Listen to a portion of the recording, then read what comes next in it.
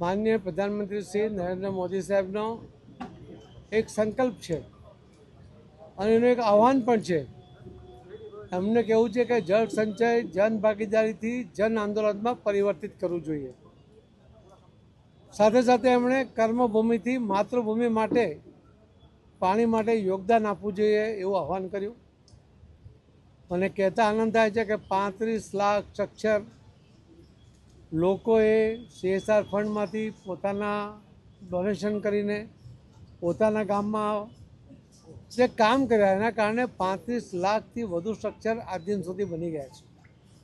આ વર્ષે અમારું ટાર્ગેટ બીજા 65 લાખ એટલે કે 1 કરોડ સુધી પહોંચવાનો છે. સૌરાષ્ટ્રમાં પાણી અને તકલીફો બધા એનાથી કોઈ અજાણ નથી અને છતાં રાજકોટ જેવા શહેરની અંદર ગીર ગંગા ટ્રસ્ટમાં દિલીપભાઈ, એમની સાથે ભરતભાઈ મોગરા અને બાકીના સાથીદારો મળીને જ્યારે 1,11,111 સ્ટ્રક્ચર બનાવવાનો સંકલ્પ કરે એના માટે રાજ્ય સરકારમાંથી શ્રી ભૂપેન્દ્રભાઈ પટેલ અને શ્રી કનુભાઈ દેસાઈ એ CSR ફંડમાંથી એમને 15 કરોડ રૂપિયા જેટલું માતબર દાન આપે અને એના કારણે ખૂબ મોટી વ્યવસ્થા સરળતા એ કામ કરવા માટે એ થઈ છે. આ સૌરાષ્ટ્રની પ્યાસી ધરતીને 1 થી 2 વર્ષની અંદર જ પણ તૃપ્ત કરવા માટેનો પ્રયત્ન આપણે થઈ રહ્યો છે. આખા દેશમાં જ્યાં પાણી વધારે છે ત્યાંથી જ્યાં પાણી ઓછું છે ત્યાં લઈ જવા માટેની યોજનાઓ, રિવર લિંકિંગ સહિત અનેક પ્રોજેક્ટો એ માનનીય પ્રધાનમંત્રી શ્રી નરેન્દ્ર મોદી સાહેબના નિર્દેશનમાં અમારા મંત્રાલયમાં પણ થઈ રહ્યા છે. અલગ અલગ લોકો પણ એમાં કરી રહ્યા છે. અંજારમાં 2 દિવસ પહેલાં દામજીભાઈ અંકરવાલાના જે ગ્રુપ છે એમના ફેમિલીએ ભૂખી નદી કચ્છમાં એના માટે 50 કરોડ રૂપિયા જેવું માતબર દાન આપ્યું છે. એટલે આવા અનેક દાનવીરો ગુજરાતમાં અને સૌરાષ્ટ્રમાં છે. એમની મદદથી આપણે આ તરસી ધરતીને તૃપ્ત કરવા માટેનો પ્રયત્ન કરવાનો છે. આવનારી પેઢીને આ પાણીની તકલીફ ન પડે એના માટે જળ સંચયથી આ એક વ્યવસ્થા ઊભી કરવાની છે.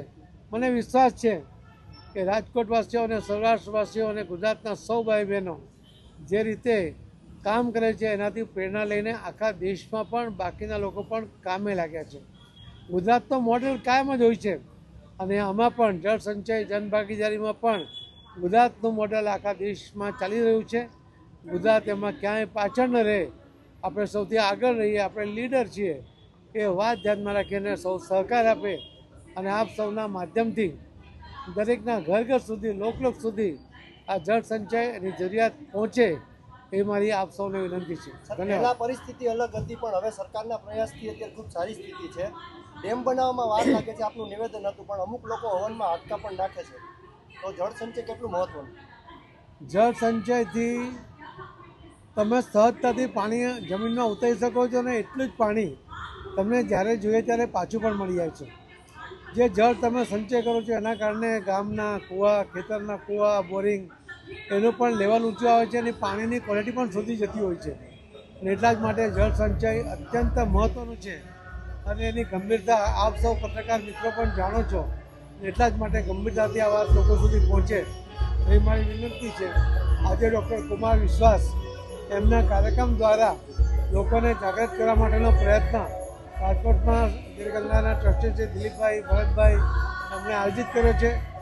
મને કહેતા આનંદ થાય છે કે કુમાર વિશ્વાસ એમણે પહેલી જળકથા આ રાજકોટમાં કરીને આખા દેશને આવી જળકથા કરવા માટેની પ્રેરણા એમણે આપી છે અને ગુજરાત એમાં પણ લીડર બન્યું છે. એટલા માટે સૌ રાજકોટવાસીઓને ખૂબ ખૂબ ધન્યવાદ આપું છું.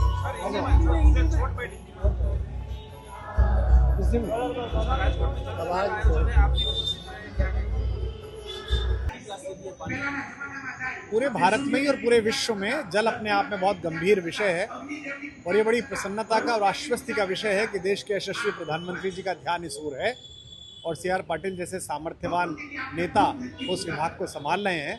पहले हमारे एक और प्रिय मित्र जो राजस्थान से हैं वो इस विभाग को संभाल रहे थे और हम आशा करते हैं कि जन भागीदारी के माध्यम से जो जल संचय उसका प्रयास होगा।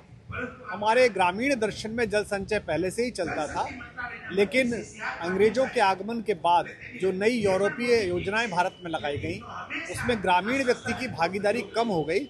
अब गांव के हर अंतिम व्यक्ति को सोचना पड़ेगा कि जितना इंद्रदेव कृपा बरसा रहे हैं, इंद्रदेव की सारी कृपा को अगर हम दोनों हथेलियां जोड़कर साथ में सामर्थ्य के साथ इकट्ठा कर पाएंगे तो आने वाली पीढ़ियों के लिए हम अच्छा कर पाएंगे। और मैं आशा करता हूँ कि जो संकल्प लिया गया है गिरगंगा मिशन की ओर से, वो पूरे भारत में उसी प्रकार वो अगणित हो जाए, पूरा भारत उस ओर जाएगा तो हम जल संचय की दिशा में एक बड़ा कदम उठा सकते हैं।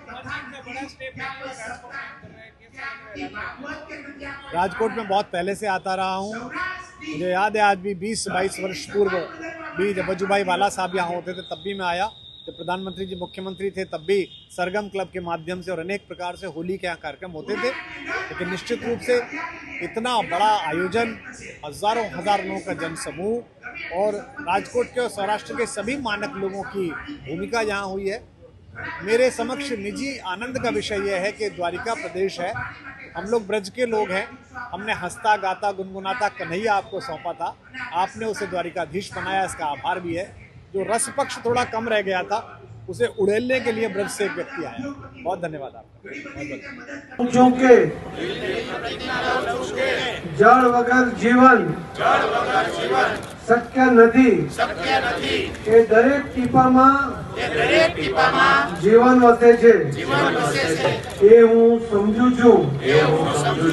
હું પાણીનો એક એક બૂંદ અમૂલ્ય સમજીને વપરાશ કરીશ, બગાડ નહીં કરું। વરસાદની દરેક ધારાને ભવિષ્યની આશા બનાવી સંગ્રહ કરીશ। આ ધરતીને તરસી ન રહેવા દઈશ। મારા બાળકોને પાણી માટે રડવું ન પડે એ માટે આજથી જાગૃત રહીશ। હું પોતે જળ બચાવીશ અને અન્યને પણ બચાવવા પ્રેરિત કરીશ। કારણ કે પાણી બચાવવું એટલે જીવન બચાવવું છે।